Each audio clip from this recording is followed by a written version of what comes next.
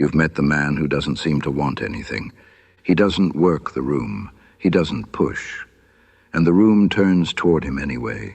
The respect, the woman leaning in, the calm he seems born holding. He's not faking it. He's obeying a law. The same one quietly working against you in the rooms you most want to win.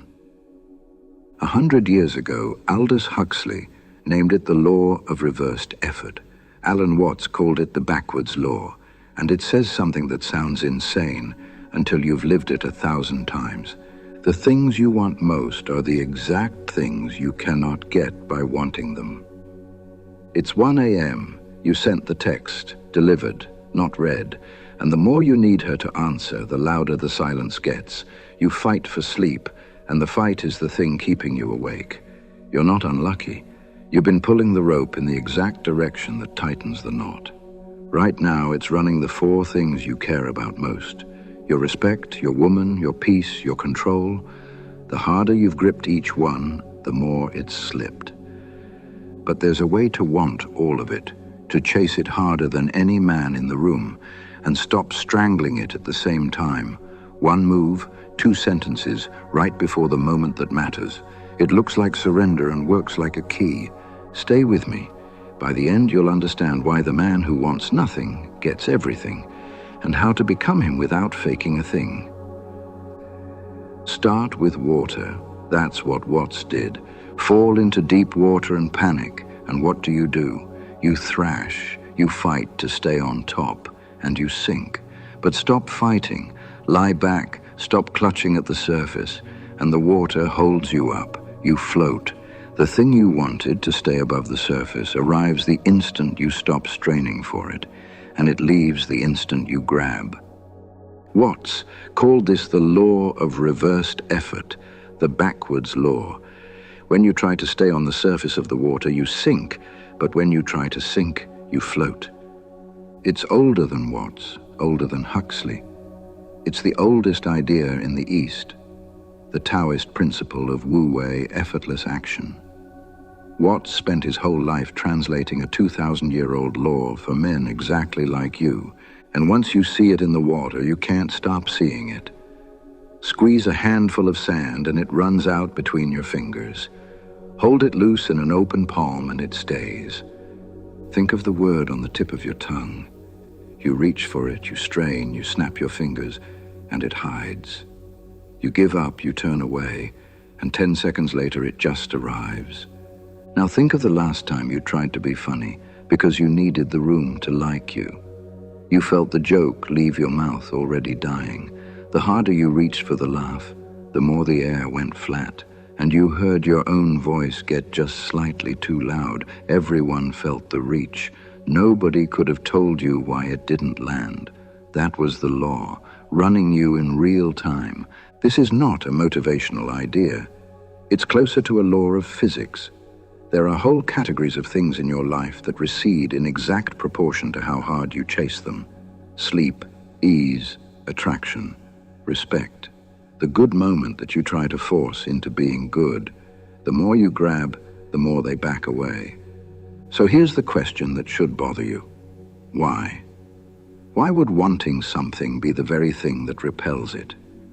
Most men never get past "you're trying too hard." And that answer is useless, because it doesn't tell you what trying too hard actually does to you. The real reason is more disturbing. There is a specific machine running inside your skull, and once you see it, you can't unsee it in yourself. That's the next 60 seconds.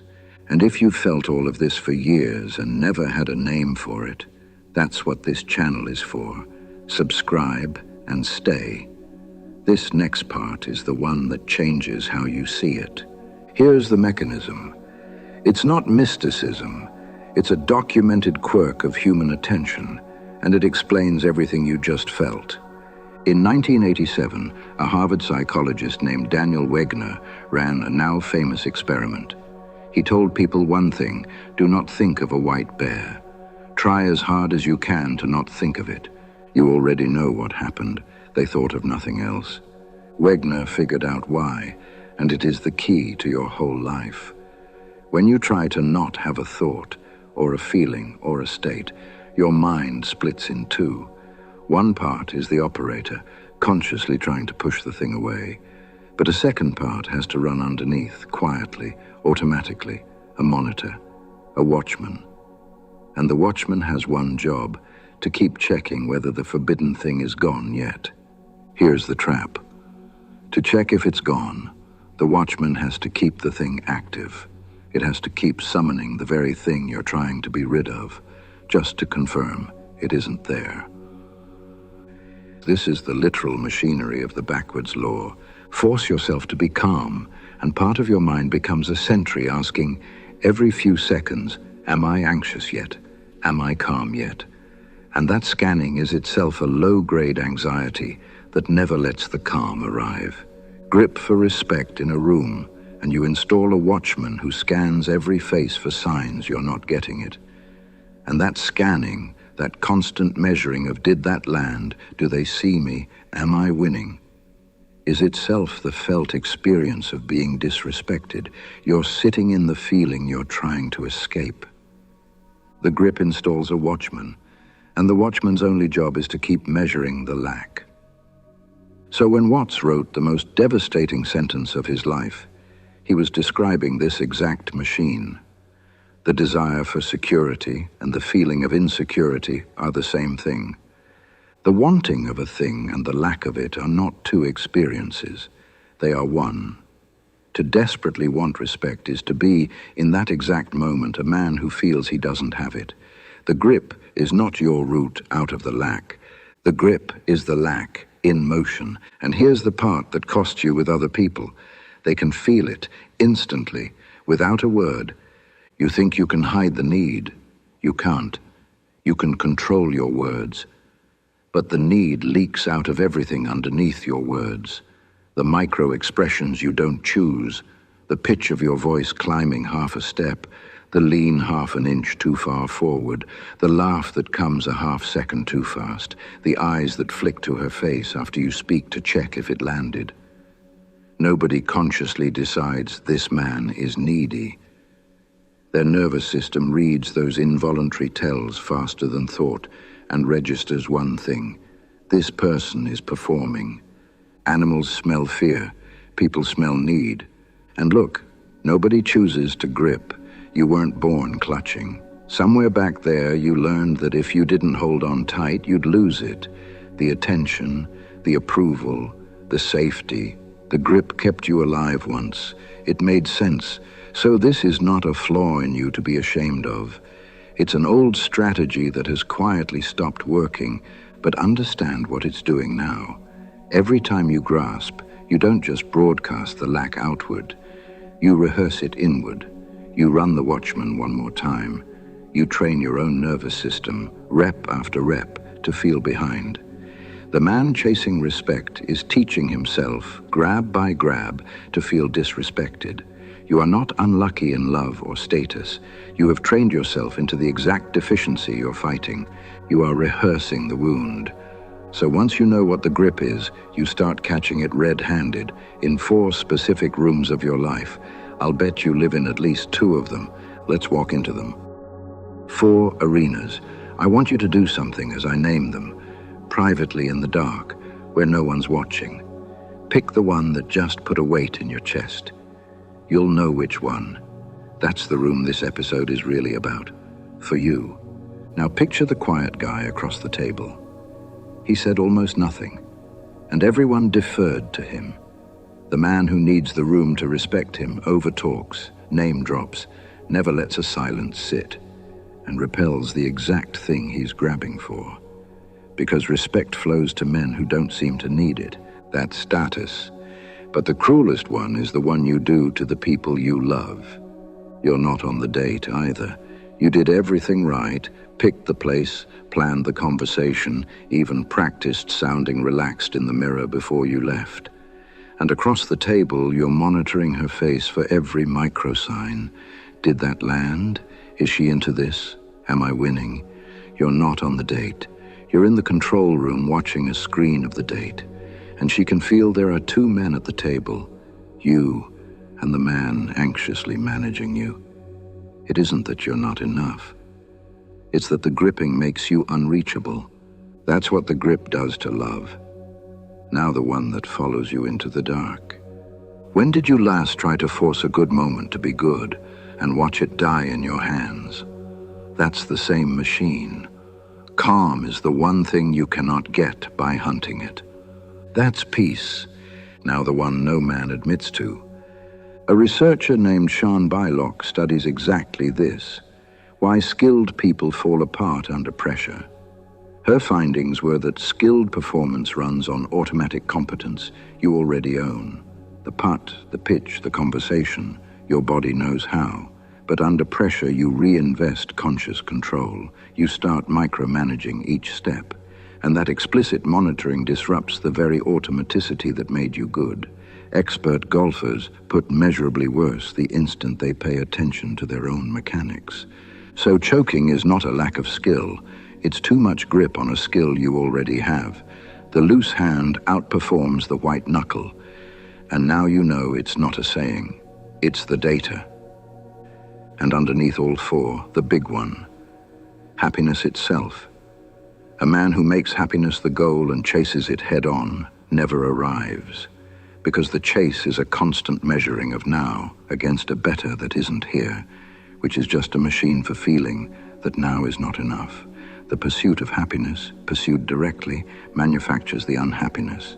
So if wanting it is what repels it, the obvious move is to stop wanting. Go cold, detach, need nothing, right? Wrong, and that's a trap that wastes years of a man's life, because it feels like wisdom while it's quietly the same disease. But first, before we get there, I need to prove to you this law is so real that doctors prescribe it. That's next. This isn't Eastern philosophy you can argue with. Psychiatry has used the backwards law as a clinical tool for 80 years. The man who built it was Viktor Frankl, the psychiatrist who survived the camps and went on to treat the most stubborn anxiety cases in Vienna. Frankl noticed something he called hyperintention. The harder a patient forced an outcome, the more reliably he produced its opposite. The insomniac who commands himself to sleep stays bolt awake. The man terrified of sweating in public sweats the second he tries to stop. The more you force the state, the more you guarantee its enemy. So Frankl did something that sounds insane. He prescribed the reverse. He told the insomniac, don't try to sleep. Lie there and try to stay awake as long as you possibly can. And the man fell asleep. He told the patient terrified of sweating, when it starts, try to sweat as much as humanly possible. Show everyone how much you can sweat. And the sweating stopped. He called it paradoxical intention. And it works for the exact reason Wegner found. The instant you stop fighting the state, you fire the watchman. You dismantle the monitor. Hyperintention collapses, and the thing you wanted walks in on its own, because nothing is standing in the doorway scanning for it anymore. Sit with that. The backwards law is so real that doctors don't debate it. They prescribe it. The man chasing sleep and the man chasing respect are running the identical machine, and the cure is the identical surrender. So here's where it gets dangerous. If forcing the outcome is a trap, and you just learned not caring is also a trap, then what is the third thing? Because there's a version of this that wrecks men for years, and it looks exactly like enlightenment. That's next. Here's where most men hear all this and draw the worst possible conclusion. So I should stop caring, become detached, want nothing, need nothing, feel nothing. You know this man. He posts that he's unbothered. He says he doesn't care about women. He's detached from outcomes. Nothing reaches him. And it feels like strength. It feels like the armor finally working. But it's just the grip in a costume. The man who has trained himself not to want is still running the watchman. He's just pointed it at his own desire instead of the outcome, scanning constantly to make sure he doesn't slip and care about anything. That's not freedom. That's a full-time job guarding a wall. Watt saw straight through it, a thing held perfectly still, perfectly armored, perfectly permanent. is a dead thing. You can't bite your own teeth. You can't lift yourself up by your own bootstraps. And you can't armor your way out of a problem that armor created. This is the layer you're graduating from. Nothing wrong with having worn it. It got you here, but you're done with it now. Because the real distinction isn't between wanting and not wanting. It's between desire and grip. They feel similar from the inside. They are opposites in motion. Desire is clean. It points you. It fuels you. It gets you out of bed and into the arena. I want to build something. I want this woman. I want to be strong. Want all of it. Fully, without apology. Desire is the engine of a real life. The grip is different. The grip is the desperate need for the outcome. The clutch that says I am not okay unless I get this. My worth rides on this. I cannot survive the no. The grip is desire plus terror, and it is only ever the terror that repels the thing. Picture two men walking into the same interview, wanting the same job. The first needs it. Rent's due, this is the one. His whole month rides on the next 40 minutes. And you can see it on him. The slightly too firm handshake, the laugh that comes a half-second too fast, the eyes checking the panel's faces. The second wants it just as badly. But he walked in already able to feed himself next month. So he's just there, present, easy. Same desire. One is gripping, one isn't. Guess who they hire? Now the deepest part. The part of you doing the gripping has a name.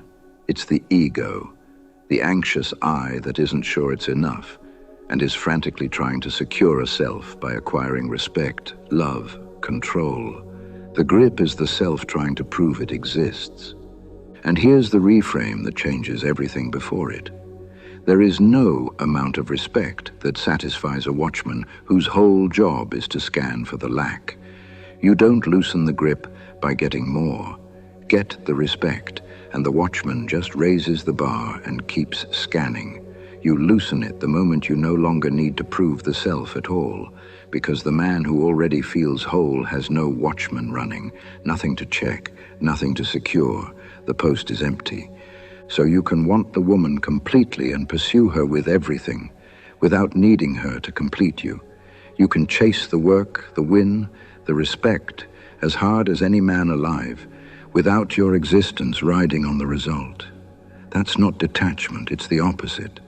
It's full engagement minus the strangle. You walked in with your feet already under you. Your worth was settled before you knocked. Fine. But how do you actually do that? In your body, in a real room tomorrow morning, when every nerve is screaming to grab. There's a move. 2 sentences. Here it is. This is a practice, not a personality. You don't have to become a serene man overnight. You have to do one move in the moments that matter.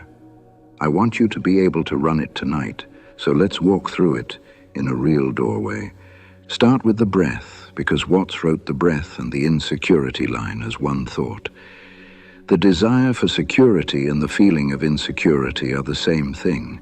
To hold your breath is to lose your breath. Hold your breath to keep the air, and you lose it. Your lungs burn, you panic. Breathe out, let it all go, and the air comes back on its own. Every time. You don't get your next breath by clutching the last one. You get it by releasing. Your whole life has things in it that work exactly like breath. Now, the move. You're standing outside the room. The date, the pitch, the hard conversation, the moment you'd normally tense up and grab, with your hand on the door. Think 2 steps. Call it, name it, then set it down, releasing the grip. Step 1. Name the want. Out loud in your head, honestly. I want her to choose me. I want this job. I want them to respect me in there. I'm not going to pretend I don't. Don't flinch from it. Pretending you don't want it is the fake stoic trap, and the watchman hears the lie. Step 2, and this is the whole thing. Set the need down and put your attention back on the action, not the result. I want it, and I am whole without it. I'm going to make my point as well as I can, and I let go of how they take it. This is the precise counter-move to the watchman. You're not scanning her face for approval anymore. You're arguing your point because it's true. You're doing the work because it's the work, not checking every few seconds whether respect has arrived yet. Frankl had a word for this: de-reflection. You pull attention off the outcome and put it back on the meaningful act. And feel what happens in your body. The jaw unclenches, the shoulders drop, the hand opens. A half-inch of space appears in the doorway that wasn't there a second ago. Then you walk in, and you go all the way in, not detached, loaded and loose. And here's the paradox paying off in the same room. The instant you stop needing her approval, you become the man whose approval she starts wanting. The instant you stop chasing the respect, you carry yourself like a man who already has it, and they hand it to you. The instant you stop forcing the calm, your shoulders drop and the calm is just there. You sink to float. You will not get this perfect. The grip is a lifelong habit, and it comes back under pressure, probably within the hour. That's fine. And here's the part most men miss. Don't grip the not gripping. When you catch the white knuckles again, don't turn the practice into a new stick to beat yourself with. Just notice the clenched hand and open it one more time. That's not failing the practice. That is the practice.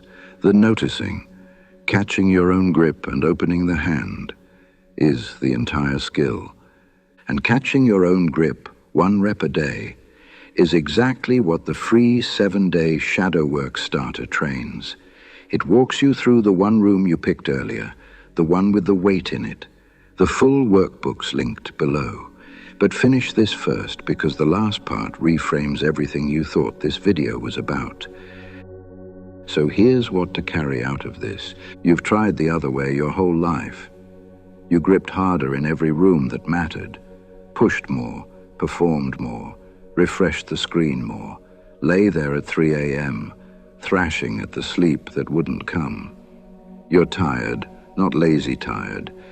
Tired of holding on so tight to a life that keeps slipping the harder you squeeze. So stop trying harder, try cleaner, and notice who this is. It's the same man we ended on last time. The man with real power, the man with nothing to prove, the man others defer to. He is exactly the man who isn't gripping. The quiet at the head of the table and the loose hand in deep water are the same posture. Real power and the released grip are one thing, seen from two sides. That's the payoff of this whole series. That man at the head of the table you keep picturing yourself becoming, the one who doesn't need to win the room because the room already turns to him. He is not gripping harder than you. He's gripping less. The thing you've been chasing through force is on the other side of letting go of the force. That's the whole secret. It was backwards the entire time. Remember the 3 things. You sink to float. You breathe out to breathe in. You release to receive. You become this man not by trying harder, by trying cleaner, wanting like your life depends on it, and holding on like it doesn't. If this loosens something, the free 7-day shadow work starter goes straight to the part of you that's been gripping, and to the one room you picked earlier. Link below. The full workbook walks you through learning to hold your whole life with an open hand, and comment the arena you picked: respect, love, calm, or control. I read them. Next time. You've been told you lack discipline. You don't. You lack a reason. And the day you find yours, the willpower you've been white-knuckling becomes completely unnecessary. That one's going to make a lot of men angry before it sets them free. I'll see you there.